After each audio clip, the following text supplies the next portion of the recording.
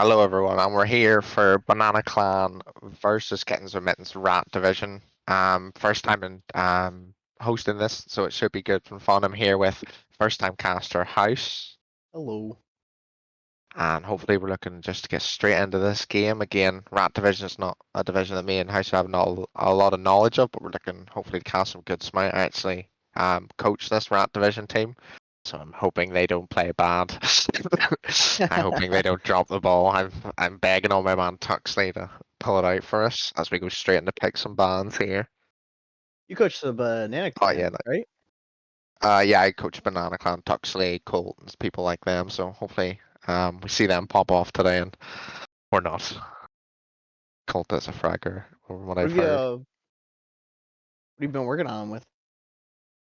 So again, it's just like in this level of play, like obviously Valhalla League split into three divisions. We have four, Rat, Loki, Thor, and Odin. I believe I literally just tell them, beat it into them that all they need to do is ward, communicate. It's again, you play the basics, you win smite. Even Oh though yeah. some of your teams may lack individual skill, as a together, all you can do the correct thing and win games. And that's exactly what Banana Clan need to do today. Is just play as a team. Again, individuals can sometimes win a game, but a good team is going to constantly win games and grind out results. And they don't have to rely on one or two people popping off to win them games, which is nice.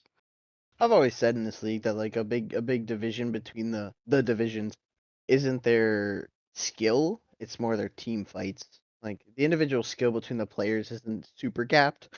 Like obviously between Odin and Rad is going to be a big difference, but like in between the divisions, it's mainly just team fight and like the basics of the game that kind of get ahead of people. Yeah, it's learning those basics that people that join Valhalla Lake, and you can if you just I think it should be in it that there should be a command that you can put in the Twitch chat to get the invite link and join the league and start having fun with us. It's a really good place to learn. You meet tons of really friendly people. Again, any region's basically welcome, EU or NA. Um, if you want to step a bit later with EU, I do it all the time. Might not be the best thing for your sleep schedule, but it surely works sometimes. I used to work nights and like playing with EU guys was perfect because I was up late with them. Yeah, again, it's just like you meet so many like really nice people in this Discord. I met my team through this Discord. I met Seth. I met tons of people. My team might not like me, but I like them. I think this league is super welcoming to new people too. Super inviting and open. Very accepting also. I was really surprised with like I joined last season and it was very open. Like a lot of people just like talked and it was really nice. Yeah, like this is my first season and I'm loving it. It literally feels like I've been here for ages. And everyone's honestly so nice. The draft is it's really fun thing. We'll have like tournaments and stuff. We had a competition where like who could kill five Sylvanuses, or I Oh think it was five man. Sylvanuses, so you could get to Five the fight the Sylvanas fastest. bots on medium. I think the winners, the people who obviously competed in that, will get their gems soon, hopefully. Yep. Most of our competitions are rewarded. Yeah, which is nice. It's always good to get something for playing. So what are Again, we looking into? Like, what do you think we're gonna have some picks and bans on this so Red Division I game? know Colt's a big fan of the Sol. I Oh, want to see Tux on a Yamoja. I've been training to play Yamoja. I'm begging him again. It's Yamoja's one of those gods. If you play well, the other team have to ban it because it's it's so so good. oppressive.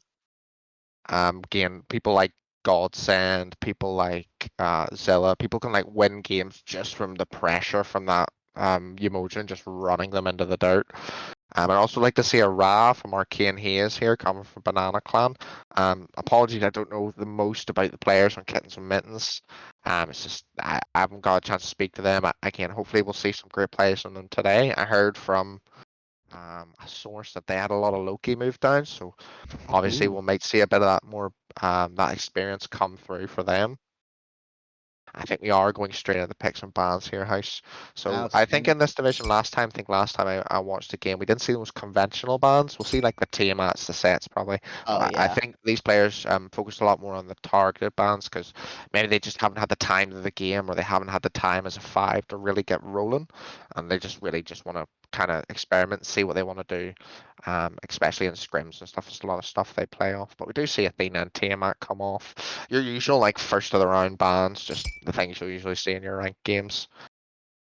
Yeah, I definitely think that at this level that you're gonna have a lot more targeted bans and like comfort bans because a lot of people get comfortable with a god and then they're better with it. Like the Chernobog, not very meta, but you see it banned here because Banana probably did their research, found Kittens and ADCs pretty comfortable on Chernobog. Yeah, we see Scylla and Gilgamesh banned. I think Gilgamesh just is such a strong god in the meta now. People don't really know how to deal with the ult slow. A set comes out from Banana Clan as well. So again, I think Kittens and Mittens are getting the first pick here. You want to see a really good first pick. Like I see Sol's open. Guan Loki. Yu is going to be locked in. A good first lock in again. A good Guan Yu can change team fights. I think yep. Really, really can just apply the pressure. Mhm. Yeah, so Guan Yu locked in here. So again, it gives an early read on Banana Clan what they want to do in solo. I think Tuxley Mhm. actually is playing this game in solo. He's their usually support. He will be playing. They're hovering over the Wukong. Maybe he's thinking about it. The Wukong is locked in again. That's going to be a good matchup. Guan Yu and Wukong. Heist could probably tell you a lot more about that than me, as he is the solo laner. Wukong is super good at diving. His laning phase isn't the best. He just clears wave, goes on to farm some more.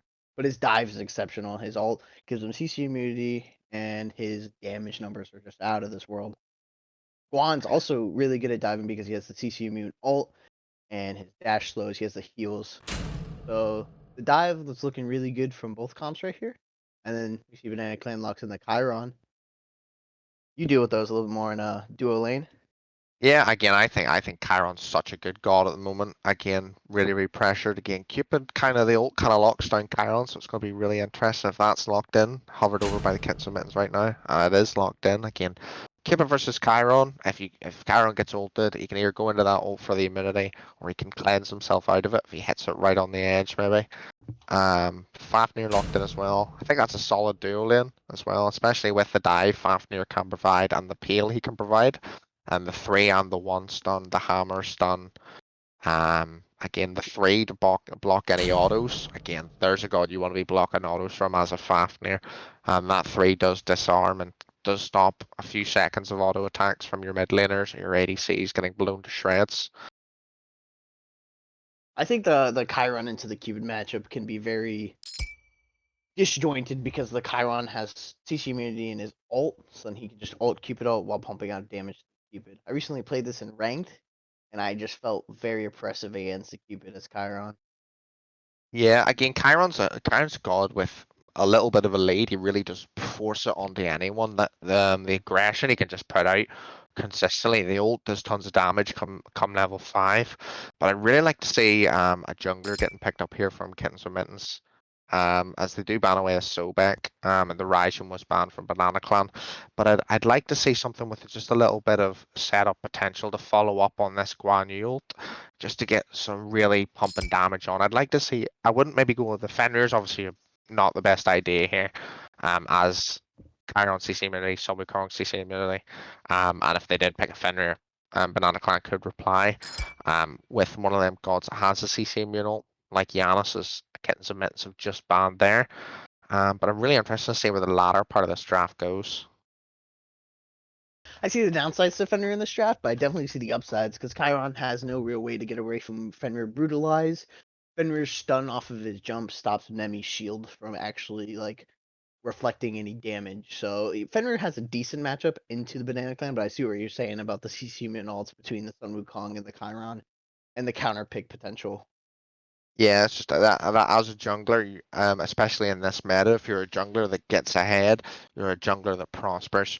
If a Nem gets ahead, or you get one of those early spike junglers like a Daji or something like that, getting a lead's immense. You can basically run the jungle. So we see Ymir locked in for Banana Clan. Do you think it's really, really good pick? Getting the walls to stop Guan Yu, getting the wall to stop Cupid Dash. Gods that can't really mobile. There's a god that really can get around the walls though. Nike being hovered. Agni not as much. Will be locked in though. Will look to see Ooh. this Ymir really start to put his pressure. With them walls stopping Guan Yu, getting the freezes off. He can interrupt Cupid Dash. He can interrupt Agni Dash. It's going to be really interesting to see how that dynamic plays in the mid 3v3 when it comes to it. What would you like to see out of Banana Clan here for?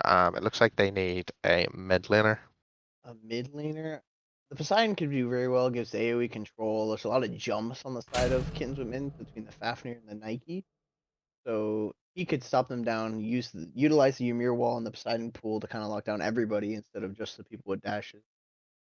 Yeah, that cripple's really going to affect this team big time. Locking Oh down an yeah. Agni, a Nike, a Fafnir, lots of gods that need to get away sometimes, and locking them down with that whirlpool and dropping a Kraken on them, they're not going to be able to do much. You think this is a Nike jungle or a Guan Yu jungle then? Again, it's not the easiest thing to say either. I do think it's going to be Guan Yu. Um, Again, it's just I think it's just Personally, it's a I coin would flip. prefer the Guan Yu jungle because I think Nike needs to be a little more tanky to prosper in that aspect. But we'll see with their Yeah, hopefully the builds will be telling. builds will be telling. I think that Again, they go ahead. I'm sorry. Again, I really want to see how this Solian matchups. I want to see if we see any fighters masks come out. I really want to see if we see Wukong hopefully just go the normal Bluestone build. Again, I just think Bluestone's so effective on Wukong because he can really start to stack up those abilities and stack up that tick damage from Bluestone. Definitely. Wukong Bluestone is an age tested build. Oh, Yeah, it does. We're seeing the going leather through skull with the come out. builds. That's pretty normal. Bluestone And it into will be a T1 Guan Yu like jungle, it Tyro. seems like. Interesting to see enough. Again, it's not the most conventional, but again, if you can get it rolling, you can get. I like that a lot of Guan Yu's actually in jungle max their two because actually there's so much damage to two. Oh, When you start to level it a bit, maybe because the three doesn't need much more increase for clear. And again, it's also playing in the minds of Banana Clan. They don't know where this Guan Yu comes to lane because Tuxley might want to go tainted just to stop the healing coming out from Cupid, stop the healing coming out from Guan Yu constantly. And if he goes to, he can't take that risk, so I think he just has to go Bluestone. But it just, plays a bit early and kind of messes up with what they kind of want to start with. I was definitely gonna say that the Guan Yu 2 adds the burst potential that a jungler really needs because like getting into the backline you need to burst them because mages ADCs are so broken this meta. Yeah, But definitely. the 3 provides prot shred for Guan Yu, so that allows him to even increase the burst off the 3. Yeah, I think we just see there's nothing most out of the ordinary yet coming from any builds here, which is, glad to see. Sometimes you don't really want to see someone going too off the wall, and sometimes the basics is what gets you wins. Again, I do think it's really going to be interesting to see how this Guan works in the jungle. Knight does a bit of a little different start. She goes blue to side backs then to lane. So again, just mixing it up a bit. Maybe not the most conventional way, but maybe it just gets her an extra level, half a level. Maybe gets her that kill potential early in the game. So we do see Ymir dropping the 2 here. Shards of Ice does come down. Fafnir does half health. That early game damage from Fafnir. Go on, you looking a bit lowly there on the mid lane, but Agni is forced under tower. Agni can suffer from clear if cause you get the dash and it puts you out of position. So Agni's clear can be suffered from because of the dash, but looks like they're doing fine. Ooh, Nike getting pushed on a tower. Full health. Strong. Like to Yeah, see. I really do. I call Wukong training wheels because I just think he's one of the easiest solo laners to play. Not that I would ever could ever play solo, I would get bodied. But I just do think there is rules that you do need to just play something safe and you'll be fine. I do think Wukong offers so much. Knock up stuns, the slow with his 2, the poke with his 1. I think he just offers so much as a mid laner. There's not much that he offers a lot more than other solo laners can provide compared to it. I definitely agree with you there. Sun Wukong's safety is out of this world between his ult, his 3. It allows you to just get away from pretty much anything, but it also allows you to dive really effectively, especially into a Poseidon. If Poseidon doesn't have his pool up, Sun Wukong just stuns him, full kits him, and that Poseidon's just dead. And that Ymir has god tier peel. I'm surprised we don't Yeah. have a lot more action in the duo lane between the Ymir and the Khan. I figured they'd have a lot more aggression, especially with Again, I the think, Sunder on the Ymir. yeah, definitely he will be looking for stuff as DJ does go here. Does hit the double freeze. Karen does need to be a little bit careful so he doesn't catch the Cupid. The heart bomb stun there is again Tuxley forcing the Kittens and Mittens solo laner under tower again, threatening for the blue as well. Good to see pressure come from him. Again, Wukong again. Again, we just see Daggy Dash in here too, does come out. Just needs to maybe just didn't think he had enough for it. I do honestly think he had enough for it. Maybe I think he was Again, pulling a fabled Phoenix and think he was getting a level 5 off the wave and he could kill him.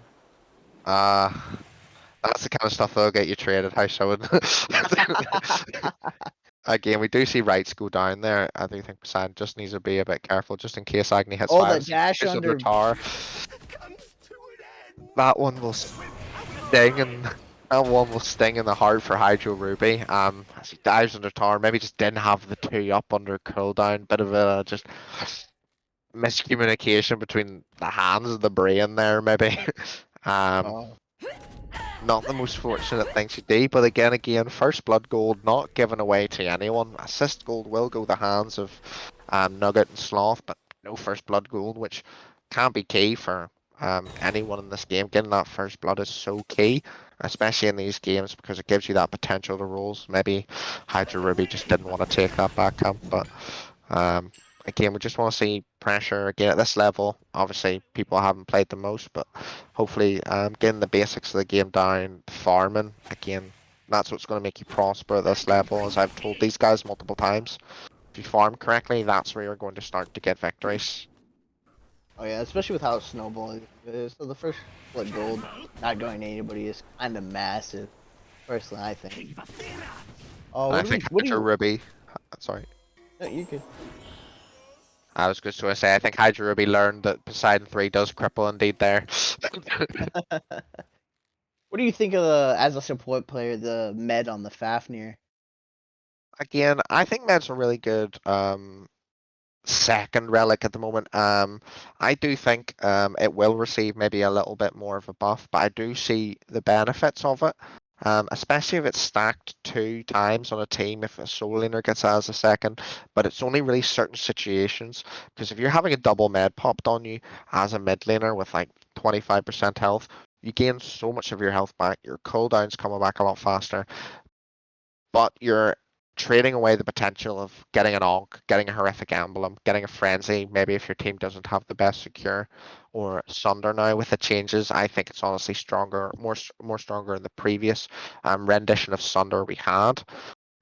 It just in builds that I find there's no spot for it because you're playing gods with healing now. You're playing gods. Especially in this meta, I do think you're going to be seeing a lot of Guardians as solo lane mid laners in mid lane with Vamp Shroud, which is going to really want to make sure you go towards those items like Horrific or like those items like Cursed Onk where you can get the effects from them, like the 15% less damage, which really is going to negate the Sacrificial Shroud being built from mid laners.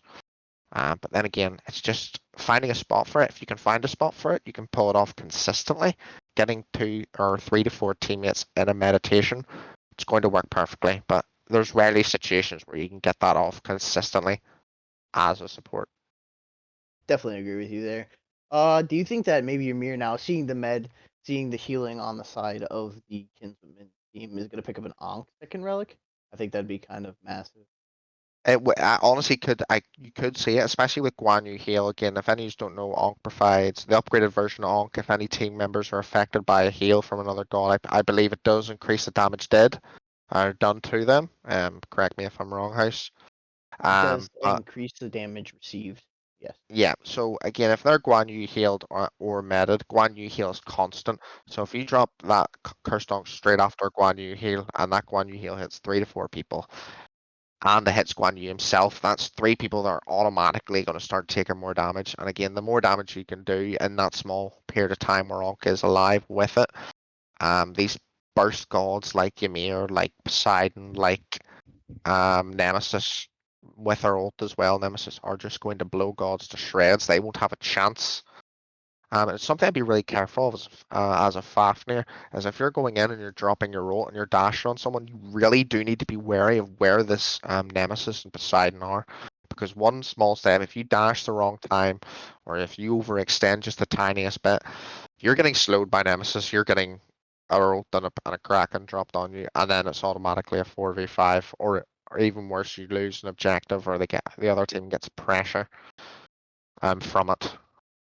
Even if like he doesn't even jump, I think the Fafnir going up in the ult is very detrimental in this state because Poseidon can just drop the whirlpool under him, ult him with the Nemesis ult, and Fafnir's just dead at that point. Between the damage from the Poseidon and the Chiron and the Nemesis ult stripping his protection, it's gonna increase the damage done. I also think that the Ankh would be massive in Fire Giant fights between the small corridors and the jungle, really allowing Ymir to lock it down and proc that Ankh on all the team. Yeah, again, the end of the day, it's get as many people hit with that Ankh, and again with the Sunder. The only thing that would worry me from the Kittens and Mittens side is Ymir really does have the ball and chain in this aspect, because meditation isn't the most offensive relic. If Ymir and Chiron start running at you over and over and over, there's only so many times you can meditate. That Sunder has 2 charges now. Again, he can use 1 charge of that Sunder, freeze, and maybe Fafnir's forced to use this. Forced to use the meditation, but hopefully we're getting under our way here again. We'll see how it plays out, House. As again, Kraken does come straight onto Ruby's head. That is one of the best ways to come straight back into the game. Maybe Hydra's not even looking at his screen there as Sloth just walks up and Krakens him. What a kill! He definitely learned that that whirlpool stops the dashes there. Definitely. Again, we do see. Draugr getting picked up here again. What is your opinion on Draugr House? What do you think of it? I think that the Draugr is very situational between. Oh, Cupid. Cupid's locked down. Cupid does need to be careful here. Ymir should have freeze up very, very soon. Dash might be up in Chiron. Frank from Senior does need to be a bit careful. He will be hit from the shards of ice. Beach does come out. Oh, maybe just not pumped quick enough as Frank Senior does finally get picked up again. Maybe a good little bit of a return there, although he does lose his beat and his life, as Tuxley here is boxing out a bit of Gorilla again.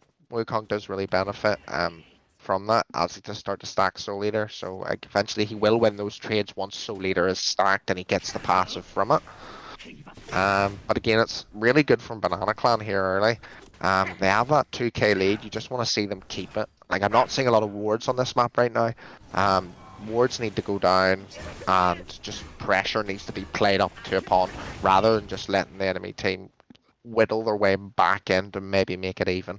Like, you have the 2 kills, let's work on it and let's keep pushing it, as Toxie does manage to escape under. Horse will come out from Guan. Toxie will fall, but I think Pro Nugget will pick up the trade and potentially will pick up Gorilla's life. Ult does come out. Protections are getting stole from Gorilla, and Nugget does pick up. Again, it's a good trade. Toxie does trade his life. Again, he has Tar teleport, but he also is down at the moment, but he does have. Oh, it's Fafnir just dive in here. Great double freeze from Ymir, just appeal, and Kraken does come out. HydroRubi sent running. Wall does come out. Ruby does escape with his life. Again, great peel from DJ. Saving Sloth's life and just inviting him to come back in again.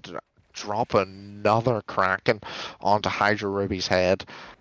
Just extinguishing the flames that Agni's trying to put out right now. Is this Poseidon in mid lane? He's just really, really controlling the tempo, which is what you want to see from a Poseidon, especially in this meta Uh, where pressure is so key. looks like we have another DC from Tuxlyboo here. Back to the Draugr buff. Back to the Stuff Draugr, just man. started popping off.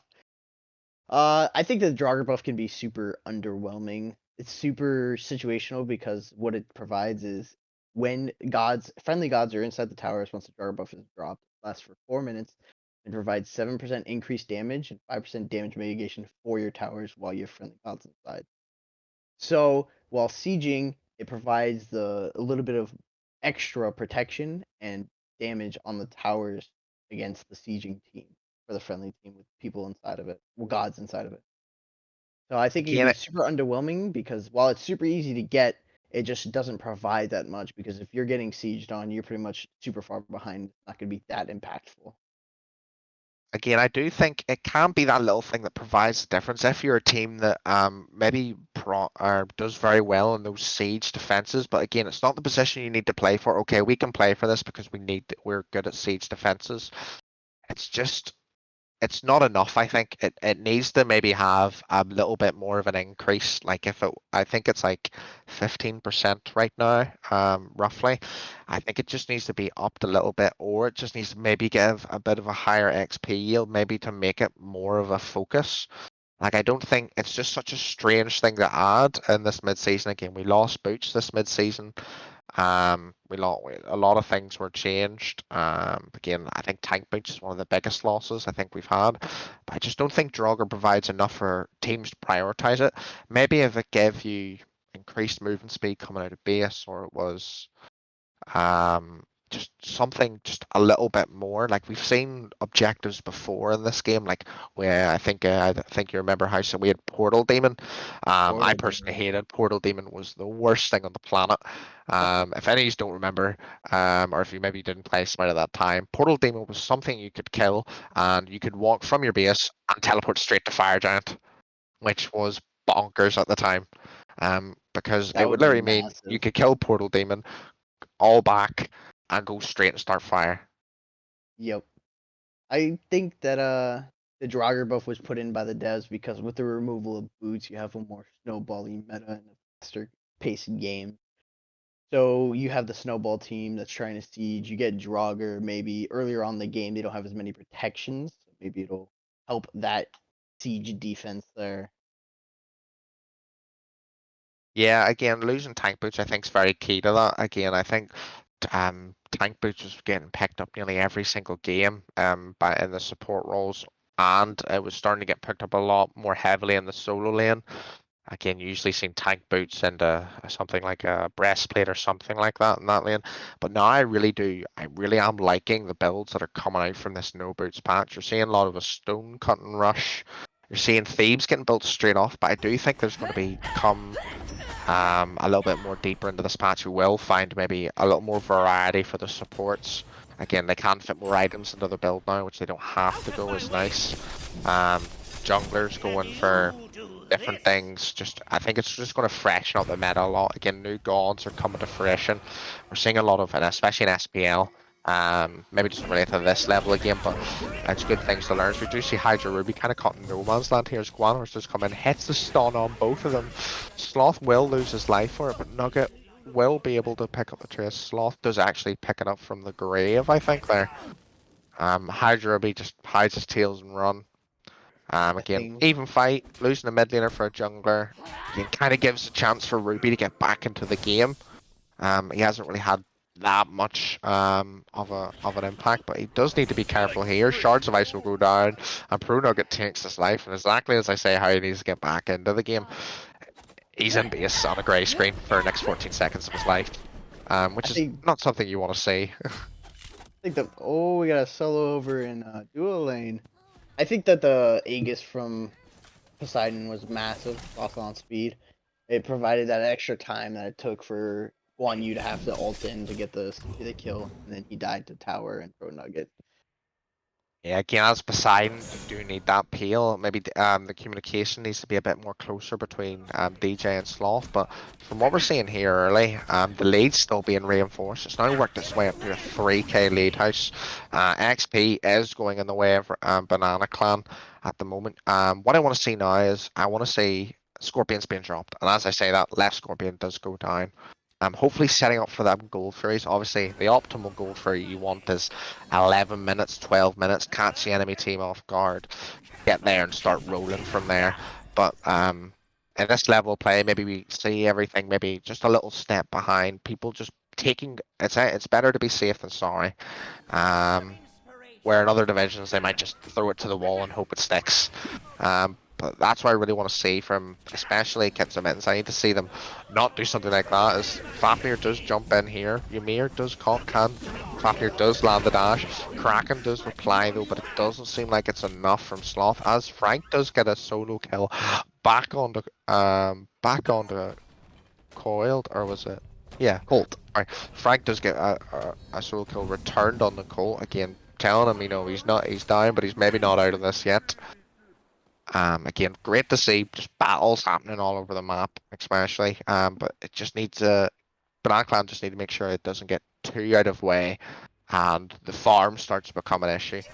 You see it plenty of times. People get ahead in games and they kind of go into auto mode and they just sometimes don't pick up the back camps. They don't pick up jungles backs, and they slowly the lead becomes equal between the two teams, and then the other team pushes ahead, and the other team are left. How do we lose the lead? How do we do this? How do we do this? How do we do this? And then suddenly we have a game on our hands when you have the game in your hands at the start. I'm definitely seeing 200 autos from this Wanyu. That is too much damage. Junglers are broken, that's all I'm saying. But in that whole fight in mid and then the solo in left, we saw Pro Nugget head over to right lane and get a gank onto Coiled Gorilla with a kill. I see a T2 Frostbound or Runeforged on Coiled Gorilla. I do not like it as a seller. I don't see where they're gonna proc the Frostbound or stick on anybody with the amount of peel that Banana Clan has. I don't think it's gonna be very useful. And I can see the Runeforged because the ult has the slow, but I don't think it's gonna be that impactful. Especially against this. I don't know who you're trying to lock down. Especially if Night Dive's onto Poseidon, she's getting Whirlpool and Kraken immediately. Doesn't really have the potential to jump on that Poseidon. She can't really jump on Chiron because Chiron's dash is something of magic right now. Nothing can stop it. As we do see, the ult does come down. Colt will be stunned. Dash does come out. Frank chasing air there. As we see Fafnir, it's just fighting constantly over and over on this map. And Froggy does have this tendency to jump in. Again, firebombs will come down from Agni. Nothing really from it. I just really need to see this support buff. Them back camps on the right and the left need to be dropped. We just need to see farm. It's just this maximization as farm as we do see a solo kill come out from Colt again there. 2-1 currently to Colt in the ADC lane battle. It's really interesting to see, but we see PapiBleach there, stripping the purple off him again. It does seem like he's trying to catch up to this Nemesis on farm. I don't think he will win the battle farming wise. I just think Nem's clear is a lot better. Unfortunately for her, Guan Yu he's currently the thing I'm liking seeing from Nemesis as well. She's picking up her camps on rotation. She's getting those support buffs. She's getting those back camps on timer. This PapiBleach is maybe looking for a bit too much fight and just needs to focus on his farm. Doesn't really need to. He's looking too far ahead. Just needs to consolidate. You're not ahead right now. There's no point going for. You might be getting their farm, but your farm's standing up. Them back camps have been up for the last 4 minutes, and that support buff hasn't been dropped yet, I think. We're running the level 12 part where we're seeing second relics. I'm definitely seeing very typical from the carries, beads, Aegis, all around the board. I like the sprint or the heavenly agility from Tuxlyboo. I think it'll be very impactful with the Nike ult and Juan ult, all providing slows and it's even impactful against the Cupid ult because Cupid ult slows, so then you can just Heavenly Agility out of it. Boom. Yeah, great read there. I would love to see a wing blade come from me, especially from if you're talking about slows, I would love to see a wing blade come right from the Ymir. Ymir is a god sometimes, where you can, if you get ahead and you really start rolling, nothing can stop you. You're an impenetrable wall. But if the game does start to hit that little bit of a stage where it's more of an even fight, that wing blade can be very key to get in and out of situations. You don't want to be caught in fields of love. You don't want to be caught by that hammer. Again, I think warding here is becoming an issue. If you could see the wards, how many kits and bits in place, because I'm not seeing a lot on the map right now, but I am seeing a lot for Banana Clan. Again, I think we have a total of 22 wards there on the side of Kittens and Mittens, and right now we're sitting on, I think, 27, 29 for Banana Clan. Again, it's those small differences. I always say wards win games. Especially just because of the vision. Again, we've seen PapiBleach die twice. He's dropped one ward. He just needs to be a bit more careful. And again, those wards allow you to go for those invades more regularly and with safety. You just certainly are adamant on your wards. I do love my wards, man. Even though my mid laner won't place more than 9 a game. We still love them. We still love them. Here's some inspiration. You gotta fight mid. No, it just looks like they're all gonna back away. We see Coiled Gorilla just try to push Sun Wukong into the tower. Didn't really get much out of it. Kind of just took more damage than he did. Again, we do see him go the Frostbound. Again, not the most conventional thing to go into in solo lane at the moment, especially as Nike, not really a predominantly AA based god. Maybe if you were a Cyrus or a Bellona, maybe you'd be a bit more inclined to go the Frostbound, as you do get those. A good part of your kit is based off those auto attacks, especially with Osiris. Going into the stone cut and rush with Osiris is very good now, either in the jungle or in the solo lane. Do you think that maybe in the mid lane they're fighting a little too much? They could be going for pyro farming, looking for invades, but it just seems that the Titan just keeps trying to fight, and we get another solo in the carry lane.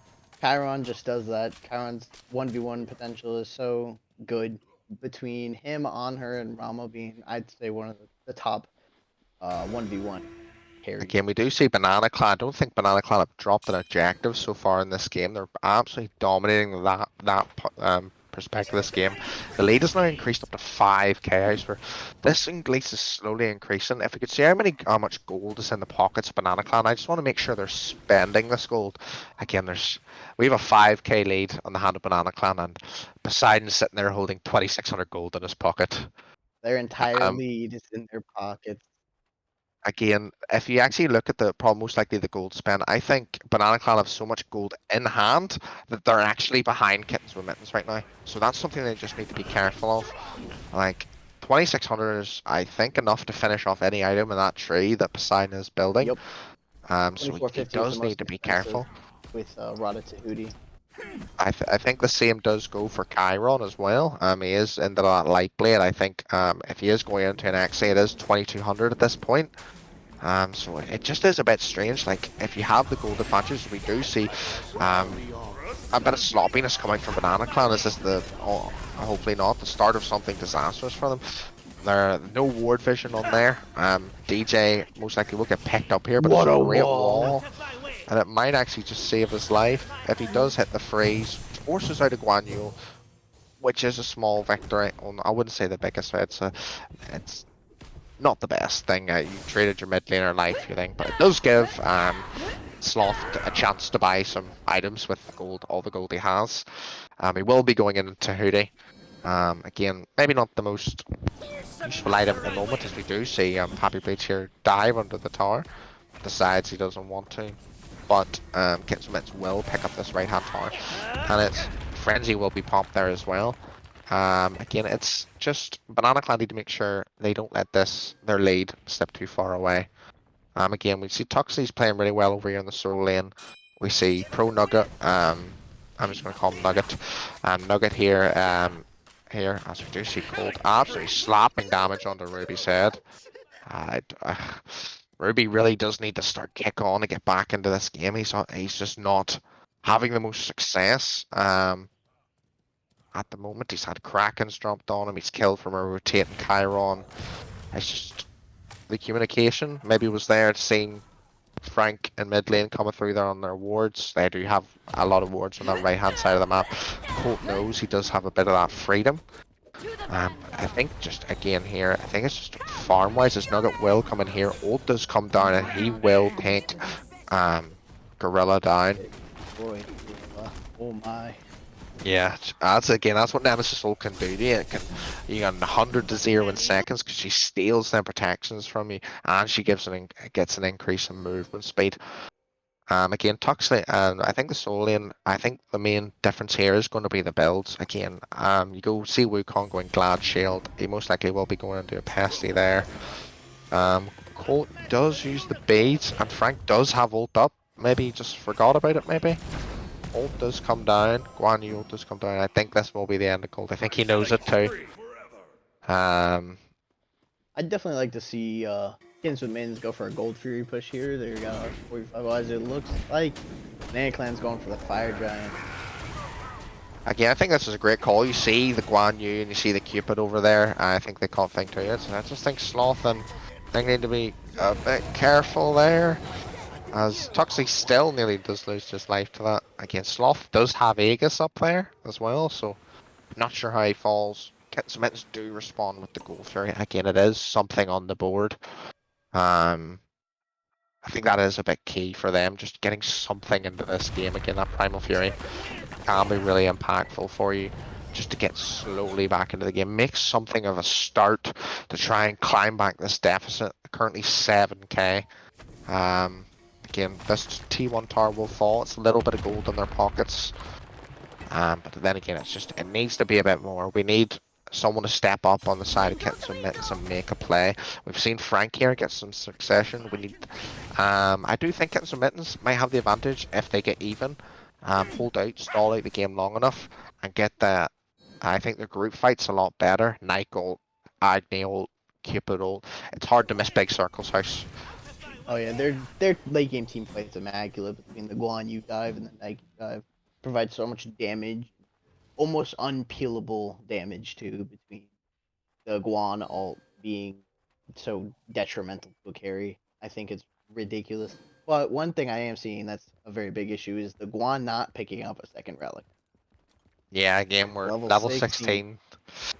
Second relics need to be picked up. Again, I like the relic choice from the Fafnir or Frenzy. Maybe going for a bit more of that secure, increased damage as his mid laner is behind. Maybe he doesn't have that secure at the moment. As we do see Banana Clan here guarding up around this mid tower, mid tier 1 here. As it looks like it will go down. Just need to be a bit careful here as the numbers are not in their favor there. Again, we do see Gorilla coming up from the back line here. They just need to be a bit careful as he might get turned and burned here. Stun does come out from Tuxley. Freeze does come out. Shards of Ice does go down. But Knight does get the jump off. Chiron will connect. And I think the two should finish him off. I guess he just didn't want to do it. But Tuxley finishes off his dinner anyway. Again, I think this should be just a really good push. But again, we see Frank Sr. here in the top left getting something. Getting something for thing as Kraken does jump onto Froggy. Again, Ymir ult as well. It's just really good cohesion from this Banana Clan team.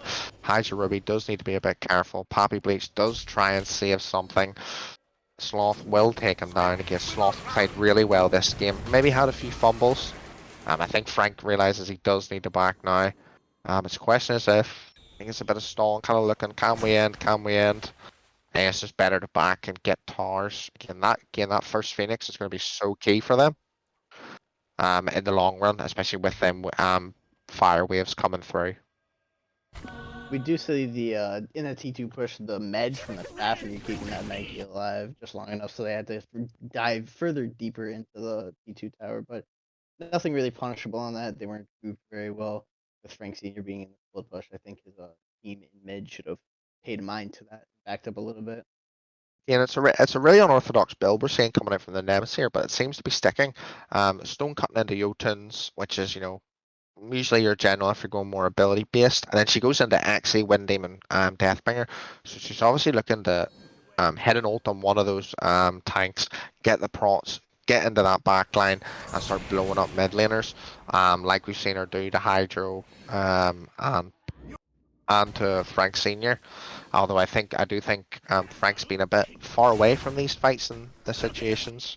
He is level 20 now.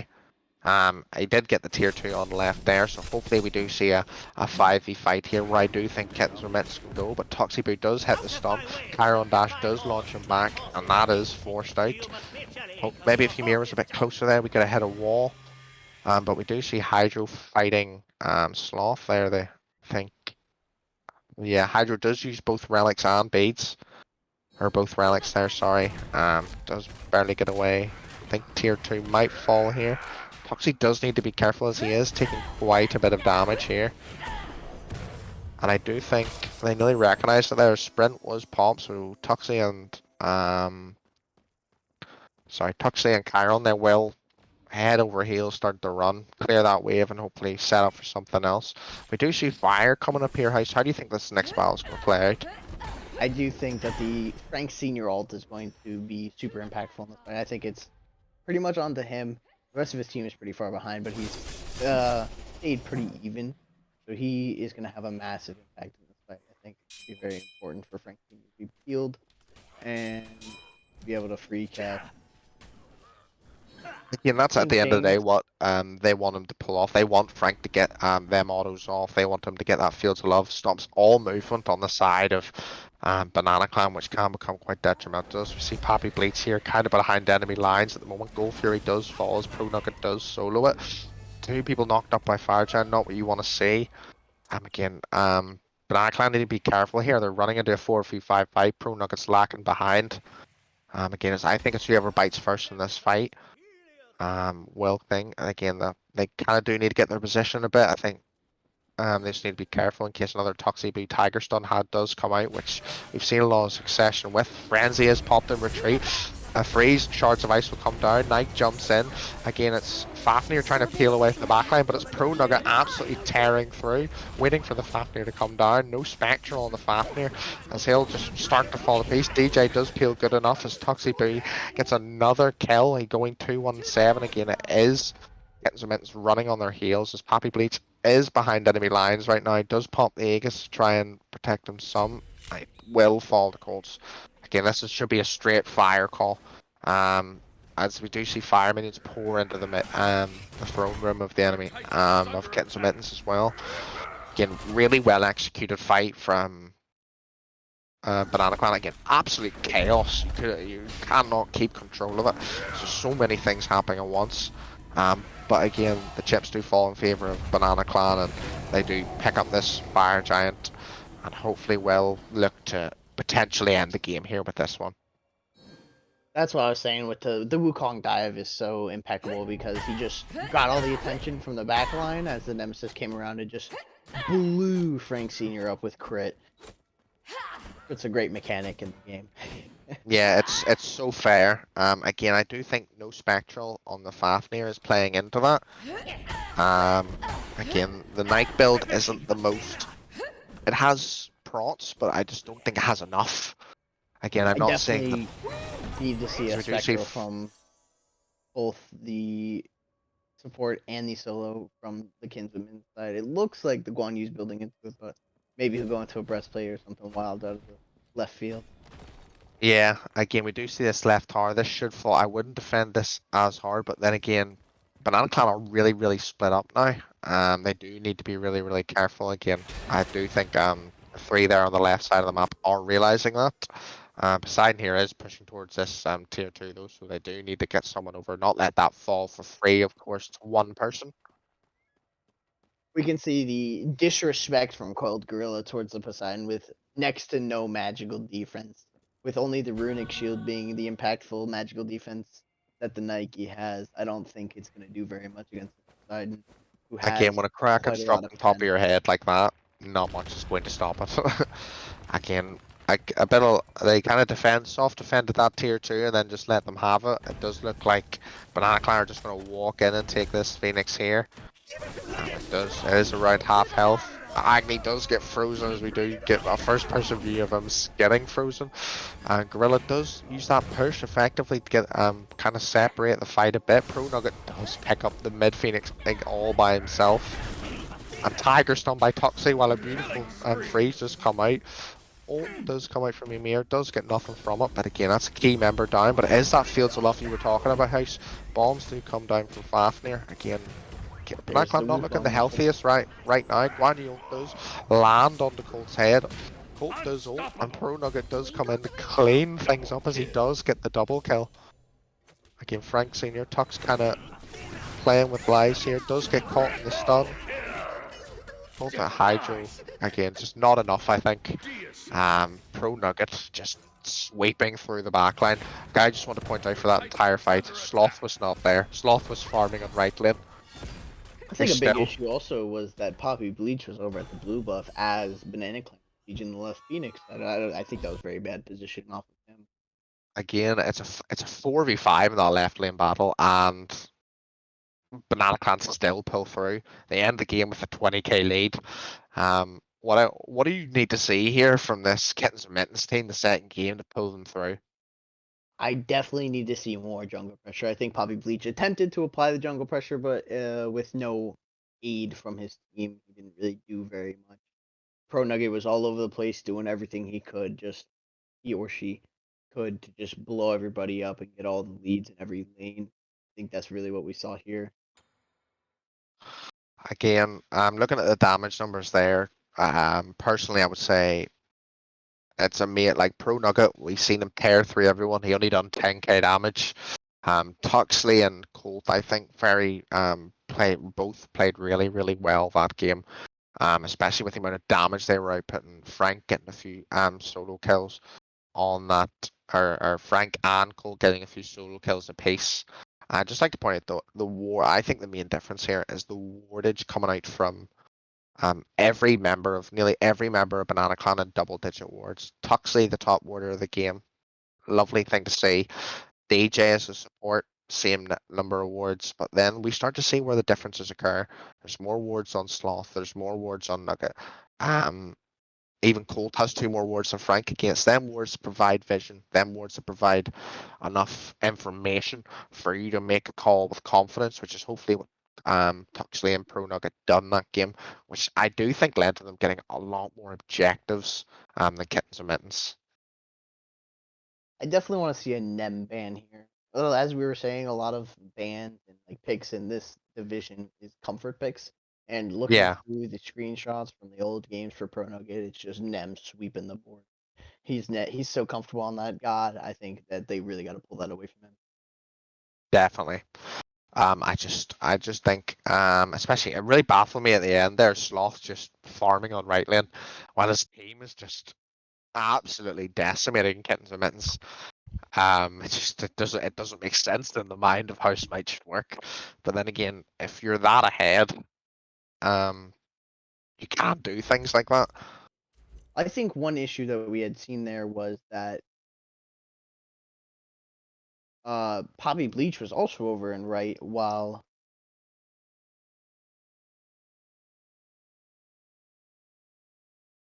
Hello, hello. are we muted? Hey, Ad, are you're we muted. muted? You just ended your stream. Oh, okay, never mind. I thought the Okay. stream disconnected. Our apologies, Yeah. guys. Sorry, guys. Um, I thought the stream was. we But thought there was a wee bit of technical issues here. Apologies, guys. But then I again, think what more do you want to see from this? We know Banana Clan had such a dominant performance in that first game. Do you think they try and run it back, or do you think you'll see more of an adaptation from Kittens and Mittens that Banana Clan are forced to change their setup? I definitely think the Kittens and Mittens is going to change it up. I think that their jungle pressure, they definitely need much more. Getting the invades on the Nemi early on in the game, because Nemi's early game isn't the strongest. Yeah, Versus her late game is super impactful between her shield, giving so much reflection and healing, and then her ult just ripping through tanks. Definitely. I think that one issue we had at the end of that game was that PapiBleach was also over and right with Sloth. So it was pretty much a 4v4, and then Nike had died, and then PapiBleach had come over. Then it was pretty much always a 4v4 on the left side, and I think that's what allowed Sloth to just stay in right lane and push down. Yeah, it again, Sloth did play really, really well that game, dropping the Kraken to get the first blood onto Agni's head. Again, beneficial from I think first blood in any role. I do think mid laners appreciate it more than all the other roles to get those items on early, especially with no boots. The spike comes a lot earlier, and with the mage spike leads to pressure. Especially playing a god like Poseidon, you're going to get mountains of pressure, especially against an Agni. Again, picking an Agni into Poseidon, you don't get that much success because of the Whirlpool Cripple. I do believe that the Poseidon was picked last, so I guess it was a really good counter pick. With the Definitely, yeah. Poseidon. But the Poseidon provides so much early pressure because his clear is so good, and his mobility between his passive and his Q provides him so much movement around, allowing him to farm much more efficiently than most other mid laners. Then he gets ahead with the movement speed from the change in the patch, scaling up to level 7, you gain movement speed. Kind of allows Poseidon to run the early game, and with Kraken doing so much damage early on, it's such a good setup and first tool. Definitely. Again, I would love to see this set go 3 games, but I think from just what we seen in that game 1, this is Banana Clan's set to lose. They looked a It lot more clinical on objectives. They looked a lot more clinical on getting those kills on fights. But that might be just down to the double warrior comp from the Kittens and Mittens. Maybe if we put PapiBleach on a Rat, a Fenrir, a Camazot, someone that can pump out a lot more damage than Guan Yu can in the early stages of the game, maybe we see something go different. Maybe we see Sloth get pressured a bit more. I would love to see a Loki that game as well, getting onto that backline. But then again, DJ done such a good job of peeling for Sloth in team fights. He was really, really good, hitting multiple freezes on multiple people. Where at the end of the day, if you, as a support, especially on your mirror, if you hit your abilities consistently, you're consistently going to win team fights. Maybe you would want to see more use of the ult a bit more effectively, but then again, if you're hitting freezes like he did in that game, I really don't think you need to care. One big thing I want to see from the Kins with Mittens team is the Fort Relic. The Belt of Frenzy was outstanding. It goes super well with Fafnir Coerce, but the Meditation Cloak, I had only really seen it used once, and it was really only impactful once. Yeah, I think again, that could provide a big turning point in the game. Say that had been a Sunder, Heavenly Agility, or a Horrific Emblem, it could have provided a lot more team fight aid. yeah, definitely. I do think Sunder would have been a really good pick up their house. Especially from all the dive that was coming out from Banana Clan. If you Sunder them twice or hit 2 different targets with that Sunder, suddenly the fight might go a different way. Suddenly them Agni bombs are doing 15% more damage, and 15% more damage on an Agni bomb that already does like a good part of your health. That's where fights are going to swing. Hopefully we'll get into the picks and bans here, stage 2. Hopefully we're not waiting that long. Definitely But agree with you on the Thunder. pardon? I said I House? definitely agree with you on the Sunder with the Fafnir. It provides so much damage, plus the 15% health damage that the Sunders do themselves. It's not just the increased damage that Sunders do. Yeah, and in those late game team fights, when you get to that max stage, when you get those upgraded Sunders, it does a large part of your damage as a tank. It's awful when you go into a fight. You're maybe initiating and you get hit with 4 Sunders and you're dead. That's literally how the meta can go, or how games can go nowadays. Especially if you're playing those divey supports like a Fafnir, like a Sobek, people that are getting in. Like I do think that's where Sobek's going to start to fall out of the meta, because if you dive in as a Sobek, miss your pluck, or if you hit your pluck and someone beats it and you get hit with 3 Sunders, there's no way you're getting out of there alive. There's no way. you're just dead at that point. Definitely. I think one thing I want to see is a change in the soloing relic. TP. I guess at this division it provides a lot more safety and a lot more comfort, I guess. But TP provides nothing in a team fight. I think that the Nike suffered from that with the Belt of Frenzy and the TP. She had no defensive relics and a beads to get away from the Kraken. Anything the Ymir freezes. Yeah, definitely. Again, I really want to see a run back of that Ymir, especially in the solo lane as well. I want to see a run back of that Sun Wukong.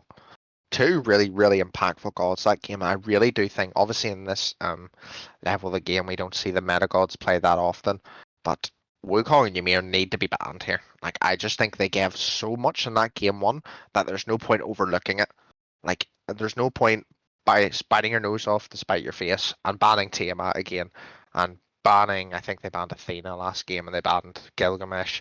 Maybe still stick that Gilgamesh ban in there because he is a really good god, but you have to ban one Ymir Wukong. You can't you can't look a daft horse in the mouth. You just can't let it come through again.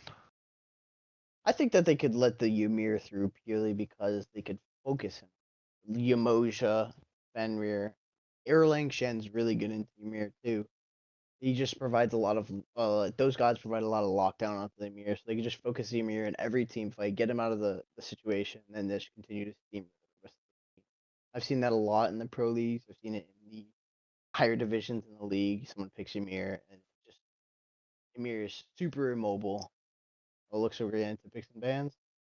Yeah, looking forward to pick some bands here. Really excited to see what we see from here. From I think it is the same rosters going in for game two for both teams, so it is going to be really exciting to see what adaptations we see from Kittens and Mittens and what do Banana Clan do? Do they stick with the same comp or they try something different? Again, both same first bans. I'm okay with both of these gods being banned first. Again, it's just something they really want to play again. That's one thing I didn't want to see. Again, after watching a Nemesis, a Chiron, a Ymir, a Wukong do so well against you, I really hope this third ban is one of them four. Um, just they offered so much in each of their roles that you can't let it happen again. Like if Gilgamesh is picked there, I 100% suspect Banana Clan was second pick here. To be locking in two of the gods they played last game. I definitely agree with you. I don't think the Scylla needed to be banned there, but maybe Sloth has a super good Scylla, or maybe Kinsman's how to fight again. So that Again, might be why they had banned the Scylla. But I do agree that the Nemesis should have been there. The Sun Wukong, the Chiron, the Ymir.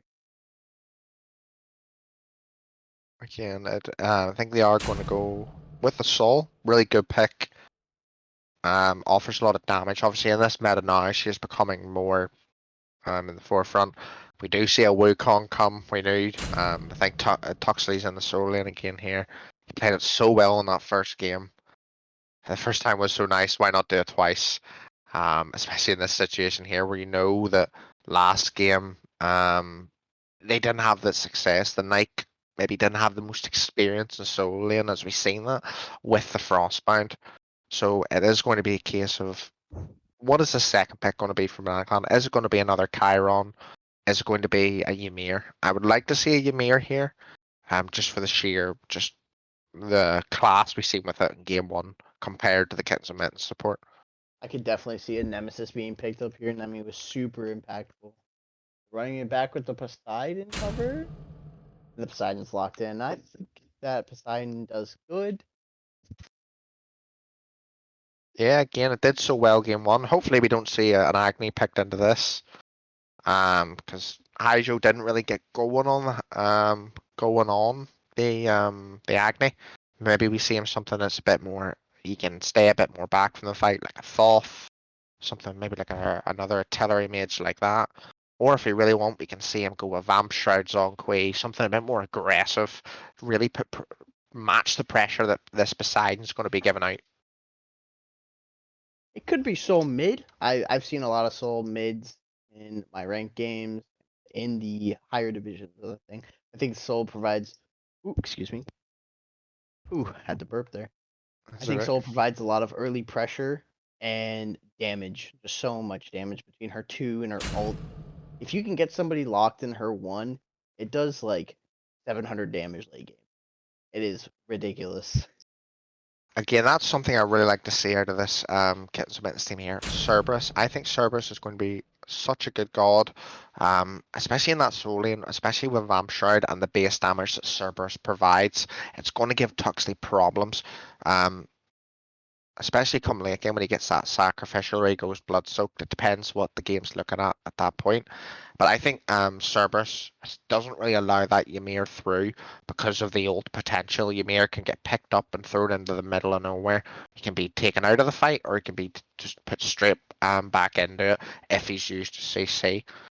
We see something different coming out from Cold this time. It's a Rama pick again. Really good in this meta. The bow meta with his stem really does fit that. Cupid band as well. I think it's an intelligent ban. With the Fields of Love blocking Rama's role, not really letting him get out, but it does open the door for Kittens with Mittens to potentially get a Chiron on the board. As we've seen last game, Chiron really, really good, as you said, 1v1 god, really does apply a lot of pressure. I do like the Cupid ban here. It provides a lockdown. The Cupid provides lockdown against the Wukong and Rama. That Nemesis ban, thank you. I think that the Nemesis ban was super necessary. I think that the Cerberus pickup can be interesting into Wukong. Wukong has his dash, which in Tiger form and in Ox form both stops Cerberus 2, which is Ghastly Breath. So it could be an interesting lane depending on how it. I love this lock-in of Apollo and Erlang Shen. For Kittens and Mittens. Frank didn't have the most impact in the start of that game, even though he was on par with Cole. This Apollo allows him to leave Rama in the dust and run all the way over to mid lane or soul lane or in the jungle, wherever it may be, and get into the fight, create those number advantages for Kittens and Mittens, and really start to hopefully push the fights towards this way. This comp from Kittens and Mittens gives me a lot more confidence than their last game's comp did. They have the lockdown. They have good CC with Cerberus, Erlang Shen with the taunt as well, the Mez from Apollo, Hammer and Dragon form from Fafnir. It screams that they really want to kick on this game too and equal this set 1-1. I definitely like the Erlang Shen pickup. It provides much more early pressure and allow them to invade the Tsukiyomi, whose early game can be a little rocky, to say the least. Tsukiyomi doesn't really kick on until he gets a couple items in and also one-shotting backline. I do like the Ganesh pickup here into the Cerberus channeled ability, the Erlang dash. It really provides a good bit of lockdown. Yeah, I was going to say that as well. I think that's what this Banana Clan team really needs. Like they have the lockdown with Cripple Whirlpool or the Wukong Tiger, but Ganesh Dharmic Pillars. If for some chance Cerberus picks up Ganesh, it will happen this game. I can guarantee you. Gets thrown into the backline. Ganesh can drop Dharmic Pillars, and that is protection shred. It is damage, and it's just like a box where the carries can't leave, or else they want to take it damage and a massive slow as well. It is maybe not the direct counter to Cerberus, but I think it's a really good start. It really does provide that peel for the Erlang dive, the Apollo dive. If Apollo dives in and just gets Ganesh owned, he can't do anything. He's just stuck with his basics. He's stuck with the tools he's got in his hands. He can't use any of those abilities like the Mez or like the 3 to disrupt people's positions. And the exact same goes for the Erlang Shen as well. If he can't get those abilities off because of this Ganeshum, it's going to be so key. I think that is honestly the best pick that they could have done to respond to this really good latter half of the draft from Kittens and Mittens. I do think that Ganesh's peel is really good, and it's really good into a heavy dive centric Mittens draft between the Cerberus, the Erlang Shen, the Apollo ult, the Fafnir dive. I think that the Ganesh is going to be super impactful in this game, and his play is going to have to be immaculate. Yeah, Going into I really do look forward to seeing it. We do see just the generic builds coming out from each of them there. nothing too out of the ordinary for anyone. Again, I'm really excited to see Gorilla on this Cerberus. I do think he does go hog as well, trading a bit of that sustain, but he does have Vamp Shroud for that sustain. That's what I'm excited to see. I'm interested to see how he gets on. We do have a role swap as well. PapiBleach is going into that mid lane. HydroRubi Ruby is going into that jungle role. Maybe they were trying something out game one. Maybe this is going to be their main predominant roles. It looks like I'm glad Kittens and Mittens have made changes after that game one. It wasn't the best of game ones, both of us can admit, but it's better to see changes than just them do the same thing and run it back. It could be maybe something PapiBleach is more comfortable on the Soul, HydroRubi's comfortable on the Erlang. Maybe we'll see something in that. I do want to point towards the Hunter build, both starting the Light Blade, the T1 Exiosity or Kin size, which is really different. Typically, you see the T1 Ichable or the T1 stacking items in trans. We'll see what they build into. Oh, that's Soul too. Wow. PapiBleach making a statement, letting it be known that he maybe should have started game one in this mid lane position. From what I'm seeing there, immediately off, he will get that They split the right mids. Split the right mids as well, and he does get first blood. Gold in the pocket, it is essential. We see Colt here. DJ does need to be a bit more careful. Interesting to see DJ does instantly just go in, just gets hammered. He does need to be careful. Colt does hit him with enough autos just to maybe almost using damage as a peel basically there for DJ. You've seen DJ go that green buff start. Tell me what you think about this green buff versus the purple buff start house. Which do you prefer, and what do you think of the green buff's addition that could make the impact in this mid-season? I personally don't like the green buff start. I think it makes you super late to lane, and here we see the gank from HydroRubi getting the kill onto DJ SMG. It does lose you a lot of pressure as well, as we do see Whirlpool just get tossed onto there to PapiBleach. The pressure that you lose, again, this is exactly what we want to see from Kittens and Mittens. Just the absolute response of just it's just absolute vengeance from game one. Just I think last game it was very slow to get started, and now Kittens and Mittens have came out firing out of the gate. They picked a really good comp. I think they're just ready to nearly run it back. So we PapiBleach box in here. She does need to be a bit careful. I'd walk towards your tower. Two will come out, and it looks like PapiBleach disappariate will just save his life. Hydro does miss the two. Hits the auto. And it looks like PapiBleach will mop up that mid. That disappariate was seconds away from just saving his life. We do see Tuxlyboo here. On left lane, on the right lane, sorry, nearly bushing out Cole, but you will see the healing come out here from the Cerberus. He will get that health back straight from, and Cerberus passive works really well into some Wukong because he gets a percentage of your healing if anyone's near him, and Wukong's up in that old Cerberus, as far as I'm aware, steals some of that healing from some Wukong and gets some valuable health back. So when some Wukong heals, Cerberus is healing as well, and in the lane trades that can be really effective. Yes, especially because Sun Wukong's primary build path is into that Soul Eater to provide the life steal to stay in lane. So Cerberus is a super good counter pick into the Sun Wukong. It will be interesting to see what goes on. We do see Soul come out here, does just go awry. PapiBleach will pick it up. He is absolutely dominating the early game on the Soul. Sloth maybe doesn't have the same freedom. He doesn't.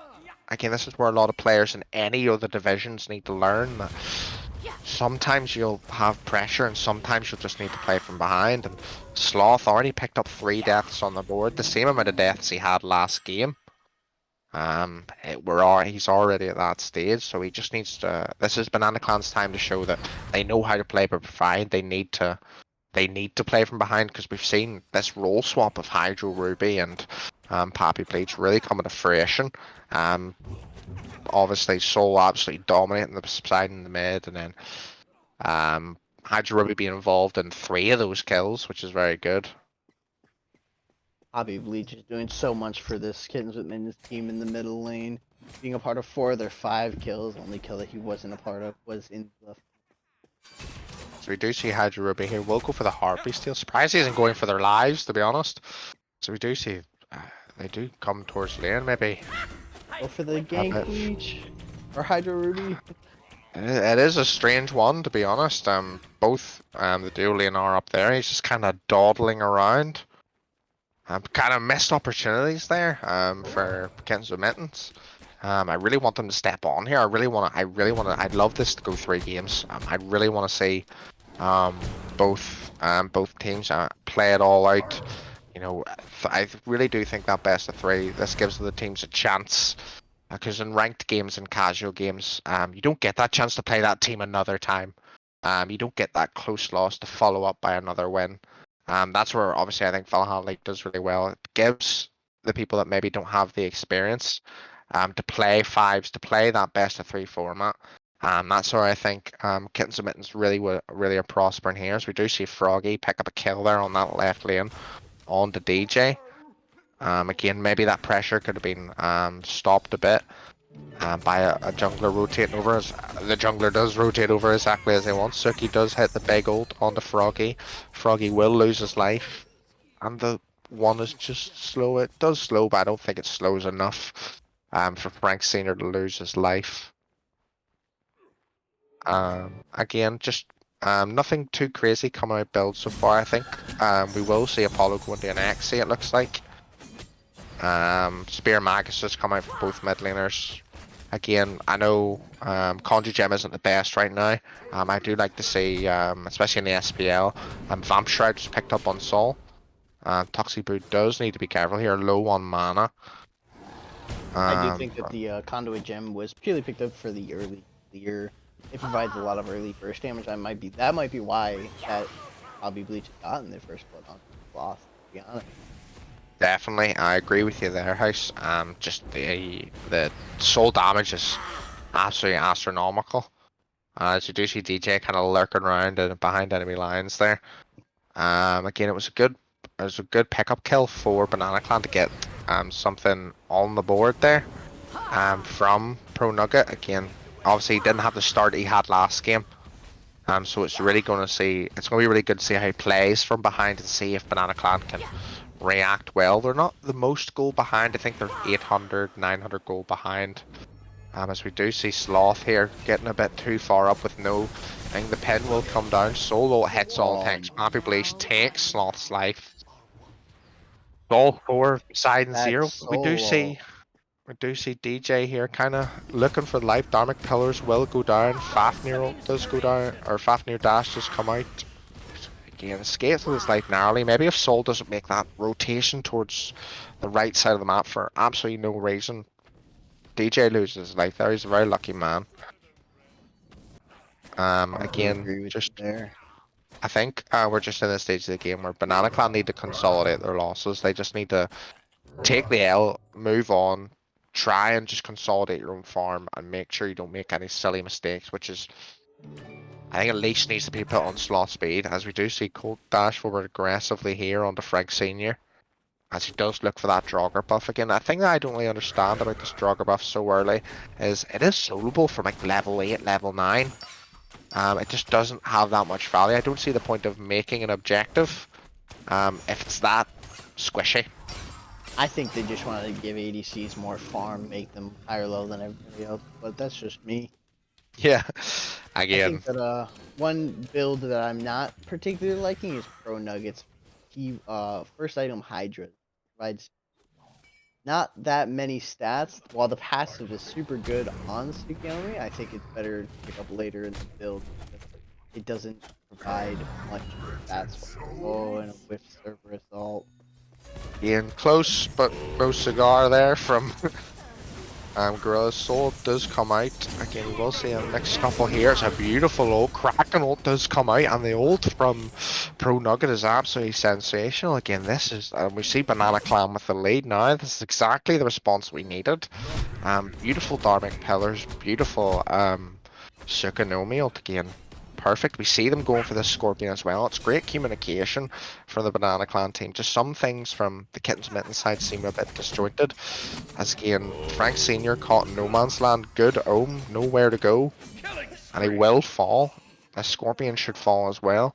It's great to see the response that this Banana Clan team had, coming off that, the bad early game they had. Sloth was 1 of 4. Now he's 1-4-1, same level. You know, it's that resilience that's going to win you games later on in this league, later on in playoffs, where you know you can be behind and come straight back and hit them harder than 10 times harder than they hit you. I do think one issue that we had seen in the early game was Kittens with farming situation. While they were getting the kills, they weren't focused on the farms. The Banana Clan was put that far behind. Yeah, again, I do still think this Sol is going to be a problem come later on in the game when she's got full items, got that pen online, got that cooldown. She's going to be hitting you consistently, and it's going to be Pro Nugget's job and Tuxley to make sure she cannot get those numbers off. Again, I just like to point out the relic choice from Tuxley here. Teleport Glyph, not usually seen on Wukong, as he does have that eagle where he can get here. He does seem to be going in here, 1v2 here, hits the 2. Kind of realised maybe he got a bit too deep. Does have to force the ult. Again, it's just learning when you need to go in, learning when you can't. Again, that situation, maybe the wards. If you can bring up the wards here on the left side, I'm not seeing as many wards from Banana Clan as we've seen in the first game. Yeah, we see Sloth sitting there in 1. And Cold sitting there in 2. Meanwhile, Kittens and Mittens are dropping a little bit more wards than they did last game. Again, we see that proc from Sol come out. It's literally half of Sloth's health bar, which I'm sure he thinks is fair in all aspects.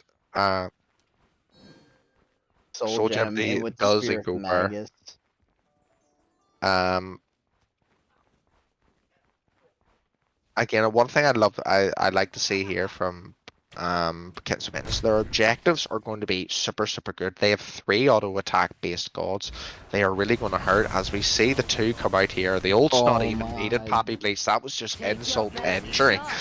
As Sloth does lose his life again, he's probably sick of seeing PapiBleach in his lane. So we see Tuxley here. Olga Bird. We'll be talking about that one, Tuxley. We'll be talking about that one.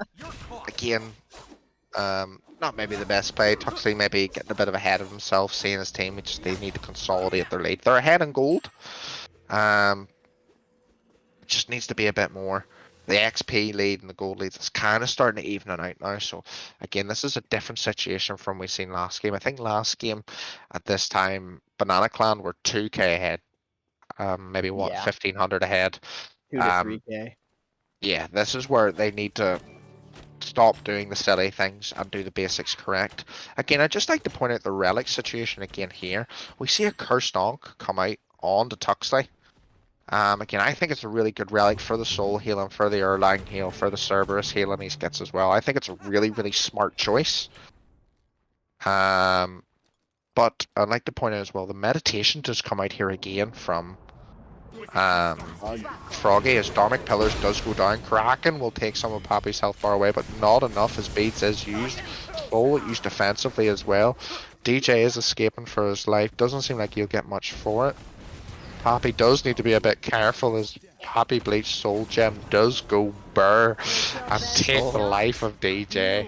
This Soul is absolutely popping off. Get that god out of my ranked games. See the Tuxlyboo rotate might get PapiBleach off guard. Yeah, again, Kittens need to be careful here. They're very low. This is Tuxley's situation. It is time to shine. Can he hit the cat stun? Does hit it onto the Fafnir. Maybe not the most priority target. Not sure about the decision making there with Tuxley. Again, he does still have the chance here to follow up here. The Soul Heal does come out though. Again, equal level. Does hit the stun. Good stun. Cursed Onk does come out. It does need to just try and hit one more auto. Chasing. Can he find it? Cerberus has rotated over. He finally does pick up that kill from the rotation, which is lovely to see. Maybe wasn't the cleanest of things, but as long as you get the work done, that's all that matters. So you see Pro Nugget here, kind of poking out. Again, we don't see a Beats here, and he will be interrupted here. Tuxley. It's a great Cerberus, so into the Erlang ult, and Tuxley will be CC chained to death. But we do see the Whirlpool come out here. No ult done beside in there. Maybe didn't really want to use it there and maybe not have the follow-up on it. DJ just kind of running into lane there, you know, eager to get at it, eager to get fighting. But I'd love to see a gold play come out here from Banana Clan now. They know they have the vision of him back in their soul laners down for the next 14 seconds, but they have the wards, they have the vision. They just need to play on that. And again, I think that rotation is coming over now, which is good to see. Hopefully Pro Nugget doesn't back, that'll be very sad. The pings are coming out, yeah. This should be started up. Again, no vision from the side of Kittens and Mittens, so they have no idea what's going on. And Colt may lose his life for this, but honestly, in the grand scheme of things, it might be worth it. Maybe Frank sees that they're on gold here. He will lose his life for it, but at the same time, Gold Fury will go down. And I think Banana Clan will take that trade all day. Again, as they do run in, Soul doesn't hit much. Fafnir is in Dragon form. Tuxley just initiates with his ult. Maybe not the most conventional things to do, but Gorilla and the rest of Kittens and Mittens are arriving. Suki ult does go down. Beautiful Dharmic Pillars from DJ. I think Pro Nugget will be able to take PapiBleach's life here. Tuxley not looking the most healthiest on that left side. My ego has been destroyed. Just needs to be a bit careful there. Colt does fall there. Again, a good response kill on the Froggy. Just not enough range on that cast on. Tuxlyboo does need to be careful as he did engage with that ult, and that is going to cost him his life. If he doesn't engage with that ult, engages with the build form, engages with the Tiger form, I think Kittens and Mittens definitely don't get as much out of that fight as they did there. Again, we see the gold lead still going into the hand of Banana Clan. Maybe the level leads are maybe working, but I do think that gold lead is predominantly on, I think, Pro Nugget as well. Pro Nugget, I think.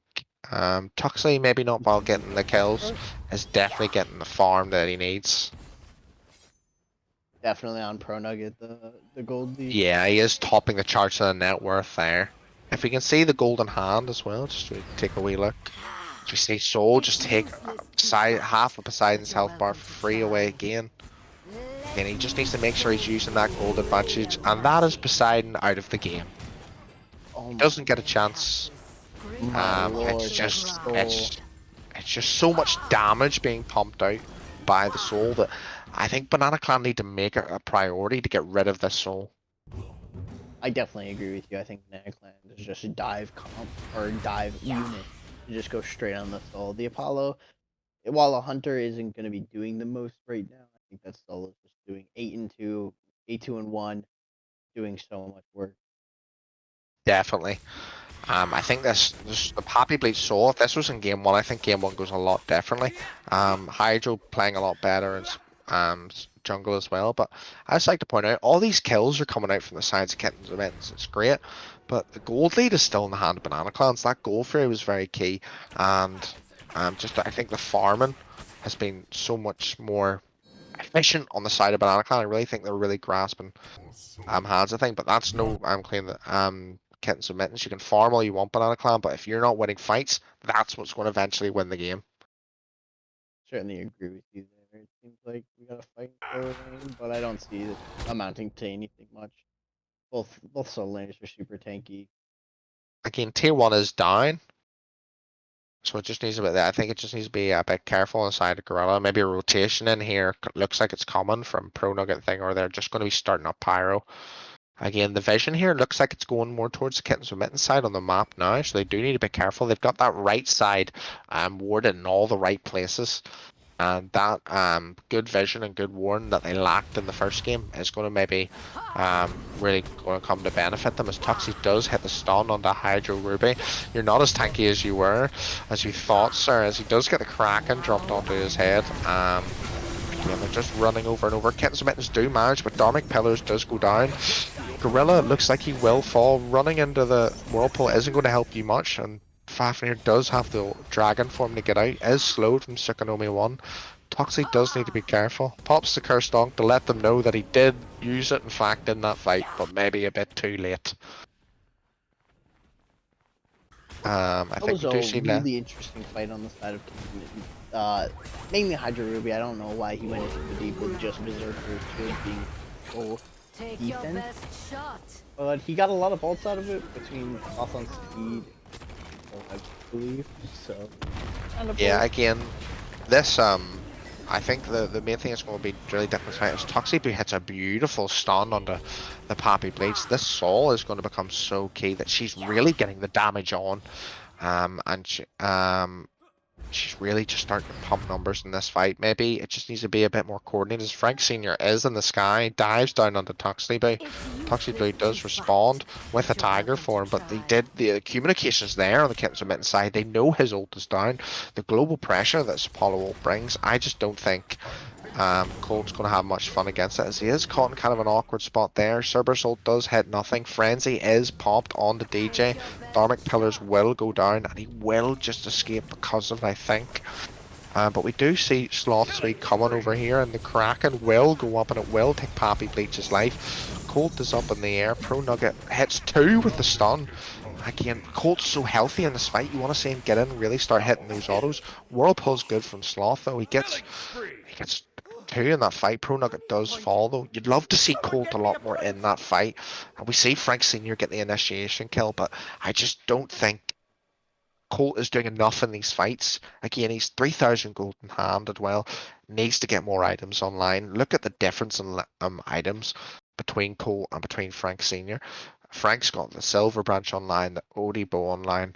Meanwhile, Colt's just getting that XA on, and he gets second level Wind Demon. Maybe look for going a bit more of a crit build against this Erlang Shen, who's built Berserkers, which is bugged at the moment. It doesn't give you the correct amount of prots and attack speeds, which is unfortunate, but that's Smite Dog game for you.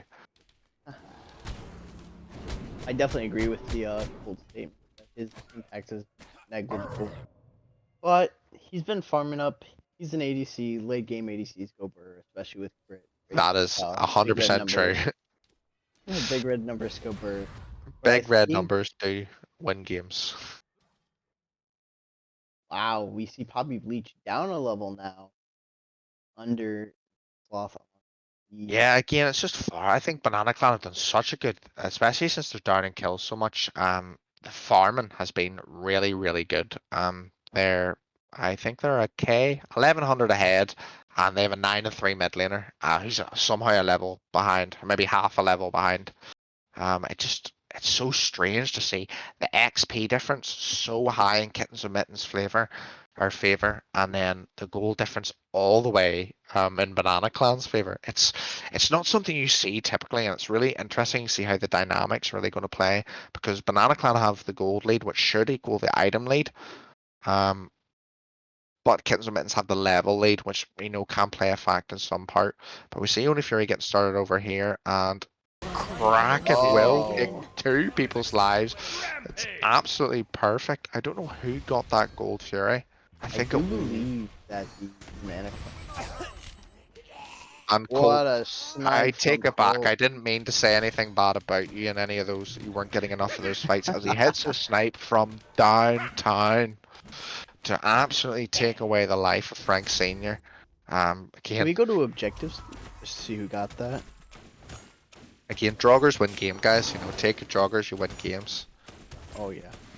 We got both joggers game 1 today, in both games, and we won the game. That's all I'm saying. Oh yeah. I do believe that Banana Clan. Maybe it was a Again, Kittens with Mittens. I think it was the Kittens, I think it was Oni waves, which are going to be a factor in this fire giant. These Oni waves do need to be got rid of quickly and efficiently, rather than letting them build up over time, maybe taking a tier 1 tower for nothing. I would get Tuxley over to that right lane. I would start lighting up this right hand side of the map with wards, definitely. We haven't really talked about it, but we got second relics coming in with the Onk from Tuxlyboo, the Shell from Coiled Gorilla, the Horrific from HydroRubi, and then typical ADC and mid relics speeds, Aegis. Yeah, I like to see, obviously good to see all the jungler as well. I like it when junglers go beads and nakeds, just to confirm that they can save their life. And we do see Old come out here from Hydro, and he was just crit him twice, but he has been absolutely ripped apart by a Kraken, and he will die to Dharmic Pillars. I just want to point out, I have Erlang Shen hit 2 crits in a row there with just Wind Demon. which is fair. balance. But we do see Frank just riding around the horse in the sky. Now he's out of mana. Yeah, just I think that kind of. the Aegis beads argument on the jungler is dependent on the god. So with Tsukiyomi, you have this ult which allows you to get right into the back line. I think that's why it's really good to get the beads Aegis on him. But with somebody like Erlang Shen, I would really like to see a blink instead of that horrific, just so that he can actually get deep in there without having to dash or just run at them like a bot. Yeah, again, it's really interesting to see that Wind Demon Deathbringer combo come out for. It's not really something you really would see on Erlang Shen. I'm more confident to the Stone Cuttings, the Berserkers, not into crit like an Axie or something like stuff that really just starts to bother people again. But we've seen in game one, crit really does go burr, as you did say earlier. Crit really does start them big red numbers. Again, Frank doesn't have his ult here, so he does need to be really careful in case a Fire Giant fight is started up here from Banana Clan. I think they do recognize that he is picked up on a ward there and left. But obviously, communication, maybe they're just not, they don't want to do it. They want to wait for maybe Sloth's Aegis to come up. Maybe they just want to wait for something. But I think it's on to either one of these teams. They need to start pushing the issue. They need to start forcing something to happen. I definitely agree with you on the forcing the issue thing. Particularly on the banana. I think that they have the lead, they have the pressure. I definitely think they should push. We did see the especially XP difference has gone. It was with Kittens and Mittens, and now it is deep into Banana Clan territory. I just think the farming from Banana Clan has been so efficient compared to Kittens and Mittens. Like, this speed camps up, that back camps up, the support camps up, the back left side camp is up. Like, there's so much XP to be gained, and that's where we're seeing like the level leads on the right side, except from support. Sloth got camped at the start of the game. He was 0-4, head out of the game, had the resilience to come back level 20 before PapiBleach. Like, it's great getting kills and all, but if you're not the one putting the farm, and unless you're winning fights from it, and if you do see Cerberus will come here, Tuxlyboo does need to be careful. Will eat a whole solo to the face, but again, this Fire Giant's going to be very soon, but Kraken does confirm it, and this should be the sign for just to be run. It's a 3-man Suki, it's perfect. Cursed on hits 2, PapiBleach will be chasing, and it does look like he will live on a slither of health. Again, they do need to be rigging. This could be potentially an end here. Fafnir will go up. Frank Sr. does comment really well. It's a really good old Colt again.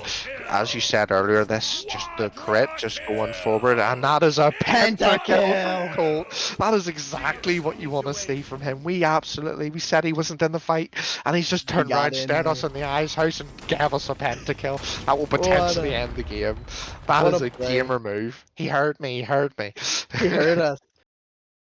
I'll never say something bad about him again, as Colt gets a pentakill to wrap up that game and send Kittens and Mittens packing home. Again, Kittens and Mittens had that early as well. They had to lead in kills nearly the entire way through the game. What a tiger. Again, Colt will die to Titan there, which is quite sad. Kind of leave a sour taste in the mouth, but oh my god, like that's I think one of the first pentas we've had this year in any division, I'm pretty sure. I do believe so. Yeah, great to see come from Colt. Great to see, obviously, my advice paying well off with Banana Clan to focus on the basics of this game. And I just think that's what they done better this game, is they done the basics.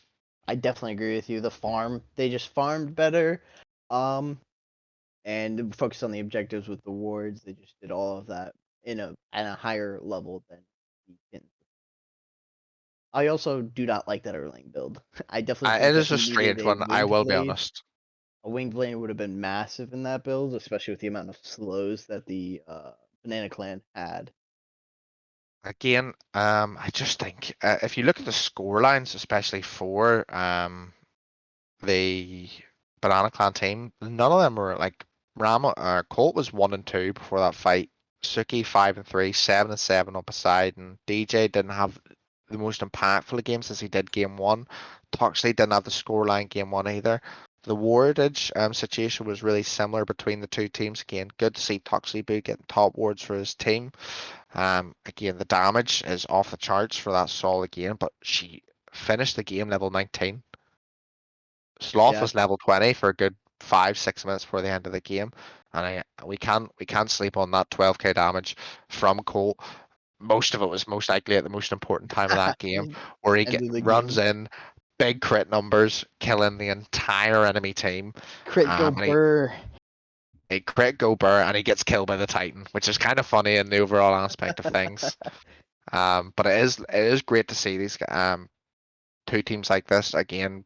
Really like the response from Kittens and Mittens at the start of the game, but it just needed to continue. It didn't get enough gas in the tank. It just didn't. It had an expiration date. They had this great plan early. It worked. They didn't have a plan after that point. I do think that they had the early pressure and they went really well with the Erling Shen pick into the early pressure, but I think that they plateaued. They didn't really continue on with it, push it into the objectives, push it into the invade. I don't know if they had it was a confidence issue or just a shot calling issue, but they should definitely work on that. Yeah, definitely. And that unfortunately is the last game I think of today. I think Trash Pandas and Koalas is on, maybe. I think. That might have ended by now, but this will be the last game until next Sunday. Again, it's been great having you, House. Again, I think this is your first cast, which is really, really cool.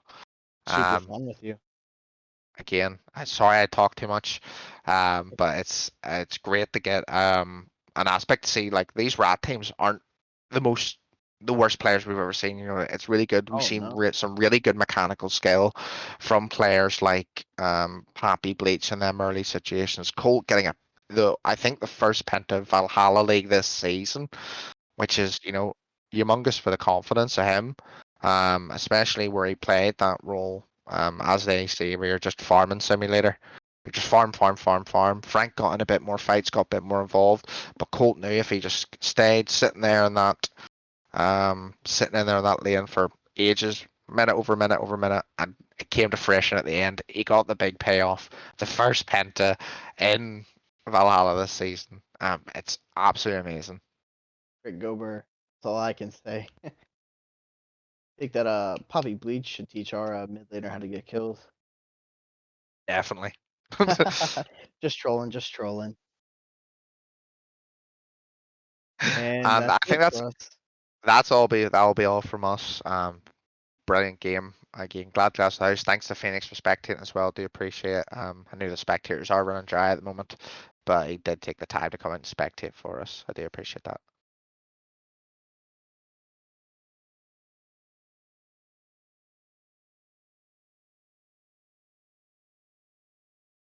Oh my lord, man.